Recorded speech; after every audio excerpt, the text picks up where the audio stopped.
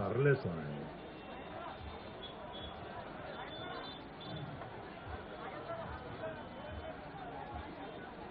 తెలంగాణ రైతాంగం ఎదుర్కొంటున్నటువంటి అనేక సమస్యలు అధికారంలోకి వచ్చినటువంటి కాంగ్రెస్ ప్రభుత్వం కళ్ళుండి చూడలేక చెవులుండి వినలేక ఉన్నటువంటి కాంగ్రెస్ రైతు వ్యతిరేక ప్రభుత్వాన్ని నిద్రలేపే ఈ యొక్క Bharatiya Janata party legislator party leader అయినటువంటి నిర్మల్ ఎమ్మెల్యే గారు మహేష్ రెడ్డి గారి అధ్యక్షతన జరుగుతున్న ఈ రైతు దీక్షకు వచ్చినటువంటి వేలాది మంది రైతుల సమక్షంలో వచ్చినటువంటి భారతీయ జనతా పార్టీ సీనియర్ నాయకులు, అదేవిధంగా నేషనల్ ఎగ్జిక్యూటివ్ మెంబర్ అయిన పార్లమెంటు సభ్యులు ఈటల రాజేంద్ర గారు, అదేవిధంగా పార్లమెంటు సభ్యులు నేషనల్ వైస్ ప్రెసిడెంట్ అయినటువంటి పెద్దలు మహబూబ్ నగర్ నుంచి పార్లమెంటుకు ప్రాతినిధ్యం వహిస్తున్నటువంటి గౌరవనీయులైన డీకే అరుణ గారు, మీ ముందు మాట్లాడిన నిజామాబాద్ సోదరులు ఎంపీ అరవింద్ గారు, రఘునందన్ రావు గారు మెంబర్ ఆఫ్ పార్లమెంటు, కొండా విశ్వేశ్వర రెడ్డి గారు ఎంపీ గారు, మరి ఏవిఎన్ రెడ్డి గారు ఎమ్మెల్సీ గారు, అదేవిధంగా ఎమ్మెల్యేలు సూర్యనారాయణ గుప్తా గారు, హరీష్ రావు గారు, ఇంకా ఇతర ఎమ్మెల్యేలు, ఎమ్మెల్సీలు, మాజీ ఎమ్మెల్సీలు, మాజీ పార్లమెంటు సభ్యులు, ముఖ్యంగా ఈ రైతు కిసాన్ మోర్చాకి ఇన్ఛార్జిగా ఉన్నటువంటి ప్రేమేందర్ రెడ్డి గారు జనరల్ సెక్రటరీ గారు, కిసాన్ మోర్చా అధ్యక్షుడు కొండపల్లి శ్రీధర్ రెడ్డి గారు, వారి మొత్తం కమిటీ మెంబర్సు, వేదిక మీద ఉన్నటువంటి స్థానికంగా హైదరాబాదు చుట్టుపక్కల సంబంధించిన బీజేపీ జిల్లాల అధ్యక్షులు, కార్పొరేటర్లు, వేదిక మీద ఉన్న మాజీ మంత్రులు, అనేక మంది పెద్దలు, ఇక్కడికి వచ్చినటువంటి సోదరులు సోదరులిమన్రాల మరి పాత్రికేయ మిత్రులందరికీ నమస్కరిస్తూ, మరి మీరు దయచేసి 2-3 ధర్నా కార్యక్రమం కాబట్టి నేను 4 మాటలు చెప్పే ముందు నాతో పాటు మీరు స్లోగన్లు ఇస్తారని భావిస్తూ మీ అందరికీ మరి మనవి చేస్తున్నా. రైతు వ్యతిరేక కాంగ్రెస్ ప్రభుత్వం మొండి వైఖరి, రైతు వ్యతిరేక కాంగ్రెస్ పార్టీ మొండి వైఖరి, రైతు వ్యతిరేక దగాకోరు కాంగ్రెస్ ప్రభుత్వం యొక్క మొండి వైఖరి. ఖబర్దార్ ఖబర్దార్ ఖబర్దార్ ఖబర్దార్. రైతు వ్యతిరేక విధానాలు అవలంబిస్తున్న కాంగ్రెస్ ప్రభుత్వం మొండి వైఖరి. Thank you very much. సోదరులారా సోదరిమణులారా, ఈరోజు ఇప్పుడే అరవింద్ గారు చెప్పినట్టు దగాకోరు మోసపూరిత విధానాలతో చెవులో పూలు పెట్టే అనేక మాటలతో కిలాడి చంద్రశేఖరరావు గారు ఆనాటి బీఆర్ఎస్ ప్రభుత్వం 10 సంవత్సరాలు పాలన చేసి 7 లక్షల కోట్ల పైన అప్పుల ఊబిలో తెలంగాణని 1200 మంది అమరవీరుల యొక్క త్యాగం సాక్షిగా, ఆనాడు అనేక ఉద్యమాల సాక్షిగా, విద్యార్థుల యొక్క త్యాగాల సాక్షిగా ఏర్పడ్డటువంటి నీళ్లు నిధులు నియామకాల పేరుతో ఏర్పడ్డ తెలంగాణలో ఈరోజు కేసీఆర్ మోసపూరిత వ్యవహారాలు చూసి ప్రజలు అసహించుకొని కాంగ్రెస్ పార్టీ కర్ణాటకలో చెవులో పువ్వు పెట్టి 5 గ్యారంటీలు చెప్పిన పాలన ఇక్కడ కూడా 6 గ్యారంటీల పేరుతో మరి తక్కువ టమార గజకర్ణ గోకర్ణ విద్యలన్నీ చెప్పి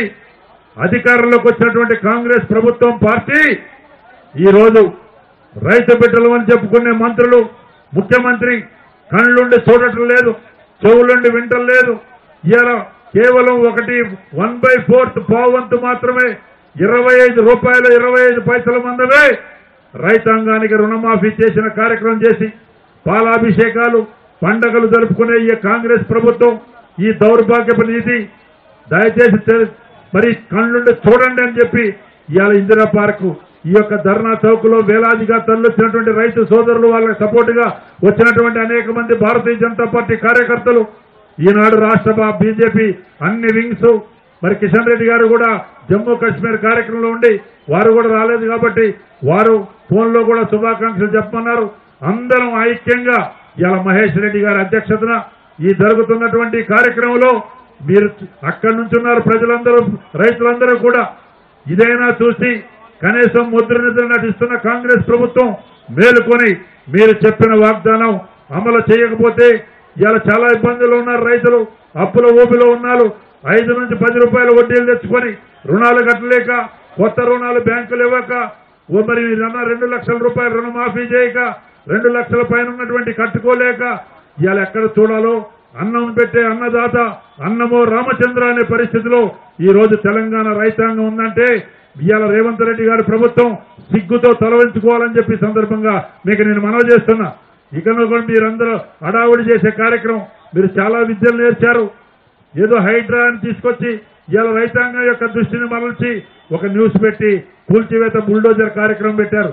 మేమెవరం కూడా చెరువులు పరిరక్షించడానికి వ్యతిరేకం కాదు, కానీ మీరు చేసే విధానం తప్పు. ఇలా మరి పెద్దలందరూ కూడా విజిట్ చేయడం జరిగింది. పేదవాళ్లు మీ యొక్క ఆనాటి అధికారులు పర్మిషన్ ఇస్తే పెద్ద ఎత్తున నిర్మాణం చేసుకున్నారు. వాళ్ళు ట్యాక్సులు కట్టారు ప్రభుత్వానికి, వాళ్లతో పాటు ప్రభుత్వం కూడా దోషే. కాబట్టి దీనికి ఒక సమగ్ర విధానం తెలియాలంటే మీరు ఆల్ పార్టీ మీటింగ్ పెట్టి ఒపీనియన్ తీసుకోవాలి. ఆ రకంగా పాలసీ లేకుండా కేవలం బుల్డోజ్ చేసి పత్రికలను అట్రాక్ట్ చేయడం కొరకు, మీడియాని అట్రాక్ట్ చేయడం కొరకు, రైతుల యొక్క మరి కోపం మీ మీద రాకుండా ఉండటం కొరకు గందరగోళం చేసే కార్యక్రమం ఈ రాష్ట్ర కాంగ్రెస్ ప్రభుత్వం చేస్తుంది. మా ఖమ్మం జిల్లా చూస్తే 3 మంత్రులు ఉన్నారు, పోటీలు పడి పబ్లిసిటీకి మాట్లాడతారు. మరి ఎన్ఎస్పీ కాలో దిగితే నిన్నగాక మొన్న నీళ్ళు వదిలిపెట్టారు. ఒకళ్ళ కంటే ఒకళ్ళు పోటీలు పడి వాళ్ళు అసలు రైతుల కొరకే పుట్టినట్టు, రైతు యొక్క వాళ్ళు తప్పితే ఇంకెవరు లేనట్టు బ్రహ్మాండంగా మాట్లాడే మాటలు మాట్లాడుతున్నారు. ఖమ్మమే కాదు, నల్గొండ కాదు, ఇతర 10 జిల్లాలు అన్ని చోట్ల కూడా ఇవాళ మరి అతివృష్టికి చాలా దెబ్బతిన్నటువంటి పరిస్థితి.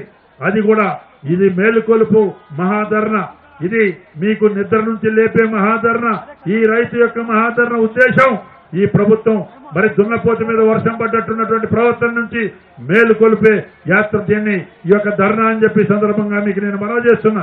మీరు అండర్ ఎస్టిమేట్ వేస్తే భారతీయ జనతా పార్టీ దేశం కొరకున్న పార్టీ, జనతా పార్టీ, భారతీయ జనతా పార్టీ మరి ప్రజల కొరకున్నటువంటి పార్టీ, రైతులకున్న వరకు వాళ్ళ కొరకున్న పార్టీ నరేంద్ర మోడీ గారి నాయకత్వంలో ఇవాళ ప్రధానమంత్రి కిసాన్ సన్మాన్ నిధి దగ్గర నుంచి, ఎంఎస్పీలు పెంచే దగ్గర నుంచి, రైతాంగాన్ని సాయిల్ కార్డులు ఇచ్చే దగ్గర నుంచి, ఫసల్ బీమా యోజన దగ్గర నుంచి అనేక కార్యక్రమాలు రైతాంగాన్ని ఉద్దేశించి వారి సంక్షేమం కొరకు రైతు మేలు కోరి 1,40,000 కోట్ల బడ్జెట్ కేంద్ర ప్రభుత్వం పెట్టింది.